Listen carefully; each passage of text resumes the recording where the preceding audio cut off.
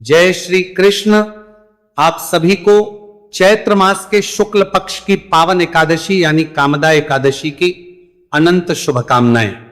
अगर आप कामदा एकादशी का व्रत रखने जा रहे हैं तो एक छोटी सी गलती आपका पूरा व्रत बेकार कर सकती है, क्योंकि साल 2026 में कामदा एकादशी की सही तिथि को लेकर बड़ा भ्रम बना हुआ है। कहीं 28 मार्च बताया जा रहा है तो कहीं 29 मार्च को ही सही दिन कहा जा रहा है। और यहीं पर बात और भी खास हो जाती है, क्योंकि ये एकादशी शनिवार या रविवार में से किसी एक दिन पड़ रही है। धार्मिक मान्यताओं के अनुसार यह एकादशी सभी पापों का नाश करने वाली, मन चाहे फल देने वाली और भगवान श्री हरि विष्णु की विशेष कृपा दिलाने वाली मानी जाती है। साथ ही ये चैत्र नवरात्रि के पावन दिनों के बाद आने वाली पहली एकादशी है, जिससे इसका और भी अधिक बढ़ जाता है। अब सबसे बड़ा सवाल यही है, व्रत आखिर किस दिन रखा जाए, सही तिथि कौन सी मानी जाएगी और व्रत का पारण कब करना चाहिए। इसी उलझन का पूरा सच अब सामने आने वाला है।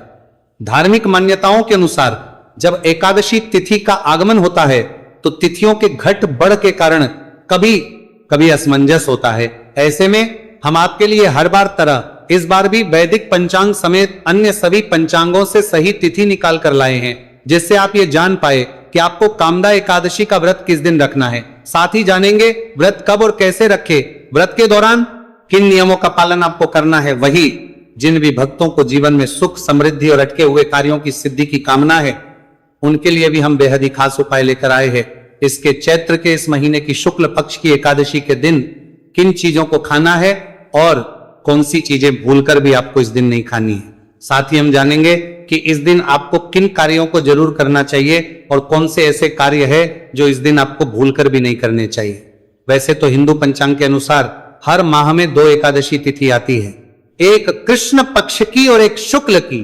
पर चैत्र माह के शुक्ल पक्ष में पड़ने वाली इस कामदा एकादशी का महत्व शास्त्रों में बहुत अद्भुत बताया गया है। जैसा कि नाम से ही स्पष्ट है, यह कामदा यानी सभी कामनाओं को पूर्ण करने वाली एकादशी है। वराह पुराण के अनुसार कामदा एकादशी का व्रत करने से व्यक्ति को वाजपेयी यज्ञ के बराबर फल प्राप्त होता है और उसके समस्त पाप, चाहे वह कितने भी पुराने क्यों ना हो, नष्ट हो जाते। जो भी इस व्रत को श्रद्धा पूर्वक करता है उसे साक्षात भगवान विष्णु का आशीर्वाद मिलता है। चाहे वो कोई मानसिक चिंताएं हो या जीवन की बड़ी बाधाएं, इस एकादशी को अत्यंत फलदायिनी और कष्ट निवारक माना जाता है। शास्त्रीय मान्यता है कि जो भी व्यक्ति इस कामदा एकादशी के व्रत को रख लेता है उसे अंत समय में सीधे भगवान के धाम यानी कि वैकुंठ की होती है। इस व्रत की विशेषता बताते हुए कहा गया है कि यदि कोई व्यक्ति किसी कारणवश व्रत नहीं भी रख सकता है, फिर भी यदि वह भगवान श्री हरि की सच्चे मन से आराधना करता है एवं शास्त्रों में बताया गया सिर्फ यह एक उपाय कर लेता है, तो उसे भगवान श्रीमन नारायण एवं माता लक्ष्मी जी का अद्भुत आशीर्वाद प्राप्त होगा। शास्त्र अनुसार चैत्र माह के शुक्ल पक्ष की कामना एकादशी भगवान श्रीमन नारायण को प्रसन्न करने की सबसे उत्तम है। इस बार यह एकादशी और भी खास है क्योंकि यह रविवार के दिन पड़ रही है, जिसे भगवान सूर्य और श्री हरि की कृपा का शुभ संयोग माना जाता है। इस दिन जो भी मनुष्य भगवान श्री हरि विष्णु जी की पूजा आराधना करता है और पीले पुष्प या फलों का दान करता है, उसे संपूर्ण एकादशी के फल की प्राप्ति हो जाएगी। एकादशी के नियमों की बात करें तो आहार में संयम अत्यंत आवश्यक है। धर्म ग्रंथों में स्पष्ट रूप से बताया गया है कि एकादशी तिथि भगवान श्री हरि विष्णु को समर्पित व्रत तिथि है। पद्म पुराण तथा स्कंद पुराण में एकादशी के दिन चावल के सेवन को महापाप बताया गया है। शास्त्रीय मान्यता है कि एकादशी के दिन चावल में पाप तत्वों का वास होता है, इसलिए चावल या चावल से बना कोई भी पदार्थ इस दिन ग्रहण नहीं किया जाता, चाहे आप व्रत रहे या ना रहे। कामदा एकादशी के दिन घर में चावल ना बनाए। एकादशी का मूल तत्व पवित्रता और संकल्प की शक्ति है। इस एकादशी में भगवान विष्णु को पीले फूल और तुलसी दल अर्पित करना अत्यंत पुण्यदायक माना गया है। शास्त्रों में यह भी स्वीकार किया गया है कि इस दिन विशेषकर सात्विक चीजें भगवान श्री विष्णु को भोग रूप में अर्पित की जा सकती है। एकादशी की कथा में बताया गया है कि कैसे गंधर्व ने अनजाने में किए गए अपराध के श्राप से इस एकादशी के पुण्य प्रभाव से मुक्ति पाई, इसीलिए इस दिन रहना बहुत जरूरी है। एकादशी के महत्व को बताते हुए शास्त्रों में यह श्लोक मिलता है, एकादशी तंडुलान व कदाचन, अर्थात एकादशी के दिन चावल का सेवन कभी नहीं करना चाहिए।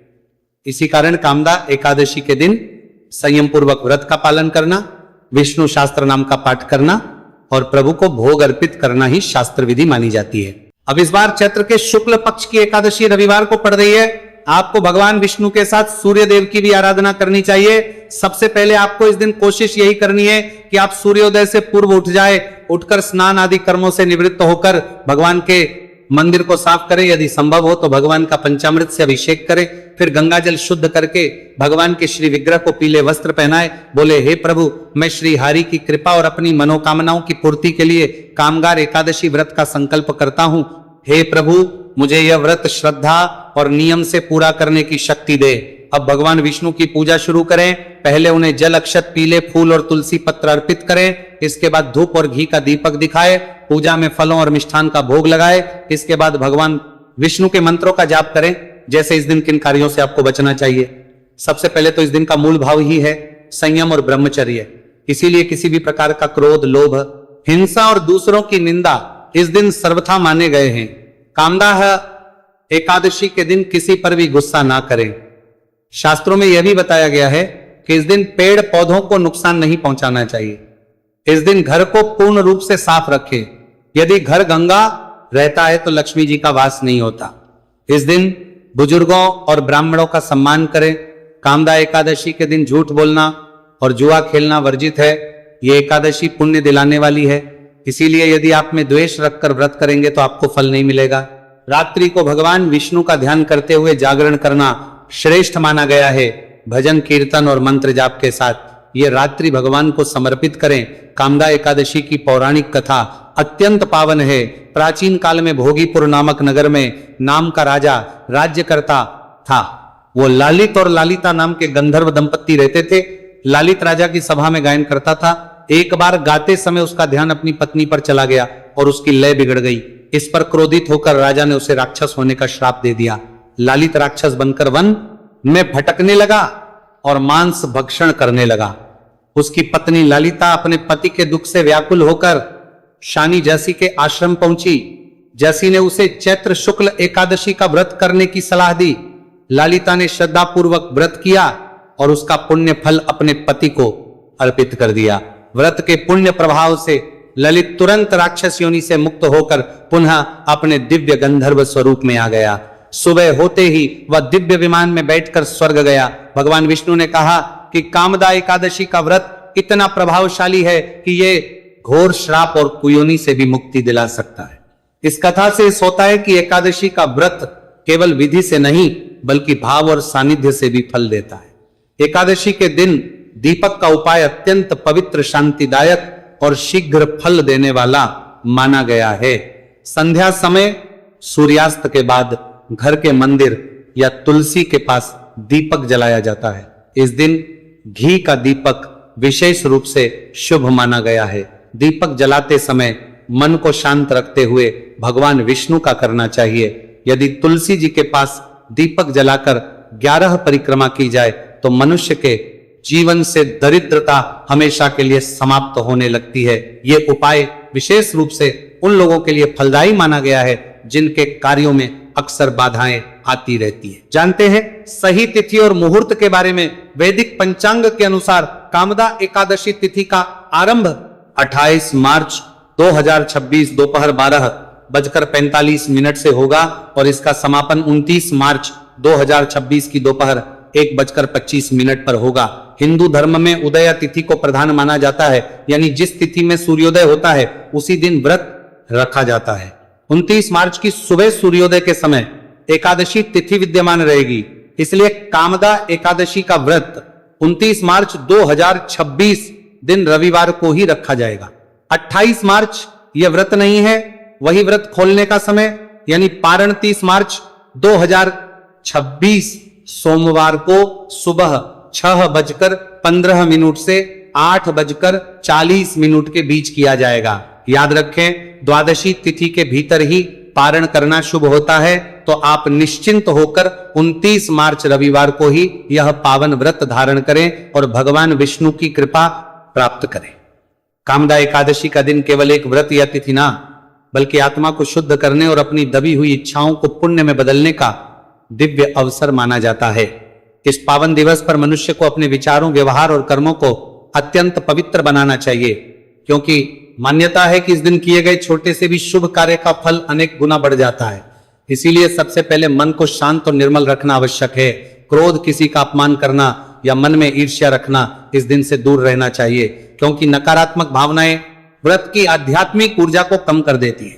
झूठ बोलना, छल करना, दूसरों की निंदा करना और विवाद में पड़ना भी इस तिथि पर अशुभ माना गया है। इसीलिए मधुर वाणी और विनम्र व्यवहार अपनाना चाहिए। इस दिन भोजन अर्थी संयम रखना अत्यंत आवश्यक है। सात्विकता का पालन करें, तामसिक या नकारात्मक ऊर्जा वाले पदार्थों से दूर रहें और जितना संभव हो मन, वचन और कर्म से पवित्रता बनाए रखें। प्रातःकाल ब्रह्म मुहूर्त में उठकर स्नान करना, स्वच्छ वस्त्र धारण करना और भगवान का स्मरण करना अत्यंत फलदायी माना जाता है। घर और पूजा स्थान की साफ सफाई करना भी एक प्रकार की साधना है, क्योंकि बाहरी शुद्धता मन की का प्रतीक मानी जाती है। इस दिन तुलसी जी का विशेष महत्व बताया गया है, इसलिए श्रद्धा से उसके निकट दीपक जलाना, जल अर्पित करना और भगवान विष्णु का ध्यान करना शुभ माना जाता है।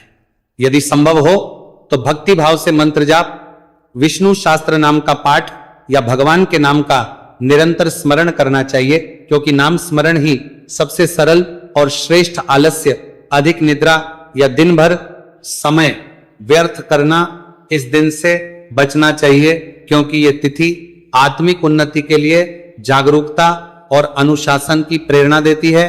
किसी भी जीव को कष्ट देना, पेड़ पौधों को नुकसान पहुंचाना या कठोर व्यवहार करना भी वर्जित समझा जाता है। अतः करुणा और दया का भाव रखना आवश्यक है। दान और सेवा का विशेष महत्व है, इसीलिए अपनी क्षमता अनुसार अन्न, वस्त्र या जरूरतमंदों की सहायता करना पुण्यकारी माना गया है। व्रत केवल भोजन ना करने का नाम नहीं, बल्कि इंद्रियों पर संयम और मन को प्रभु की ओर स्थिर करने का अवसर है।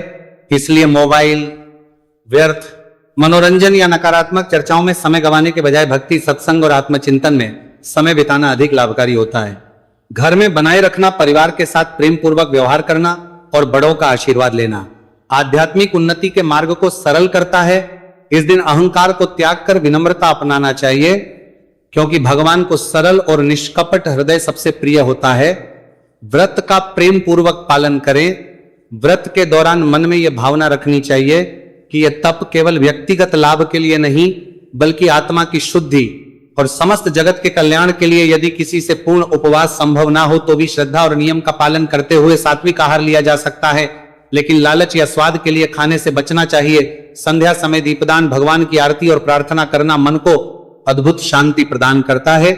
रात में भी यथासंभव भगवान के नाम का स्मरण करते हुए सोना चाहिए, ताकि दिन भर की साधना पूर्णता को प्राप्त हो सके। कामदा एकादशी हमें यह सिखाता कि सच्ची पूजा बाहरी आडंबर से अधिक अंतःकरण की पवित्रता में है। इसीलिए इस दिन हर कार्य श्रद्धा, प्रेम और कृतज्ञता के साथ करना चाहिए।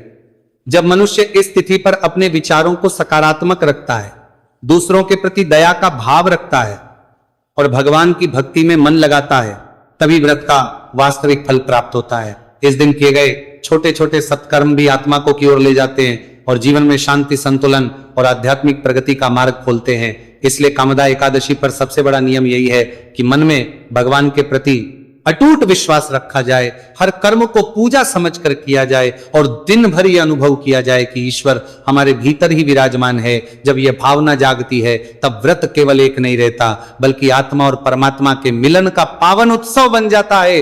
कामदा एकादशी का दिन भगवान श्री हरि की उपासना के साथ साथ मंत्र जप के लिए भी अत्यंत पवित्र माना गया है।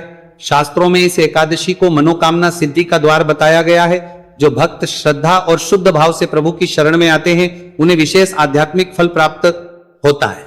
यह पूजा केवल बाहरी कर्मकांड नहीं, बल्कि मन, विचार और जीवन को शुद्ध करने का माध्यम भी माना जाता है। कामदा एकादशी के दिन किए जाने वाले उपाय जीवन में सकारात्मकता, सुख, शांति और आध्यात्मिक उन्नति का द्वार खोलते हैं।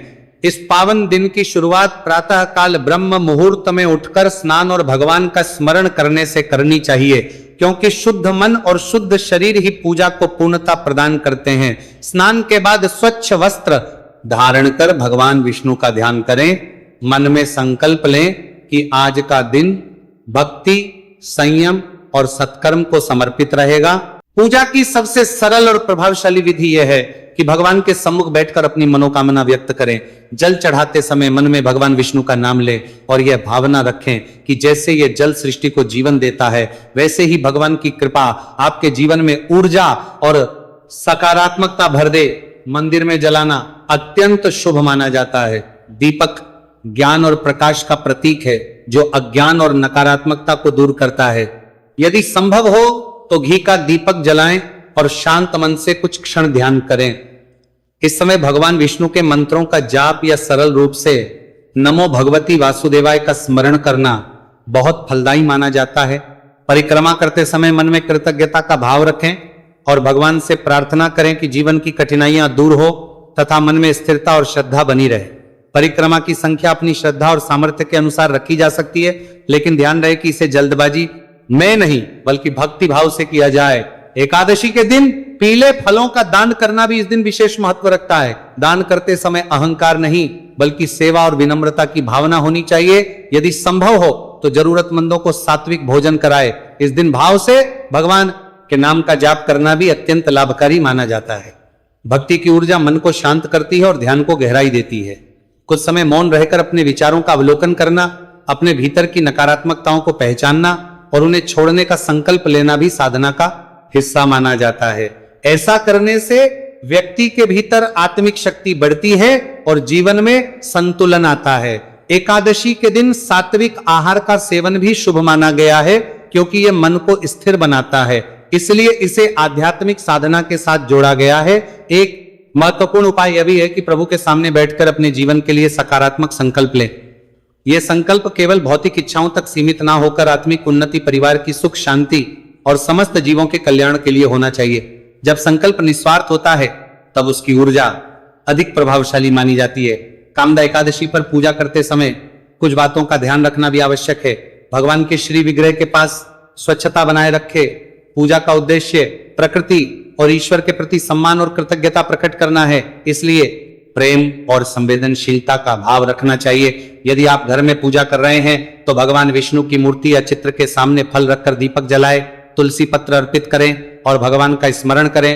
पूजा के बाद फल को प्रसाद के रूप में ग्रहण करें या जरूरतमंदों में बांट दें। यह प्रतीकात्मक रूप से यह दर्शाता है कि ईश्वर से प्राप्त कृपा को दूसरों के साथ साझा करना ही सच्ची भक्ति है।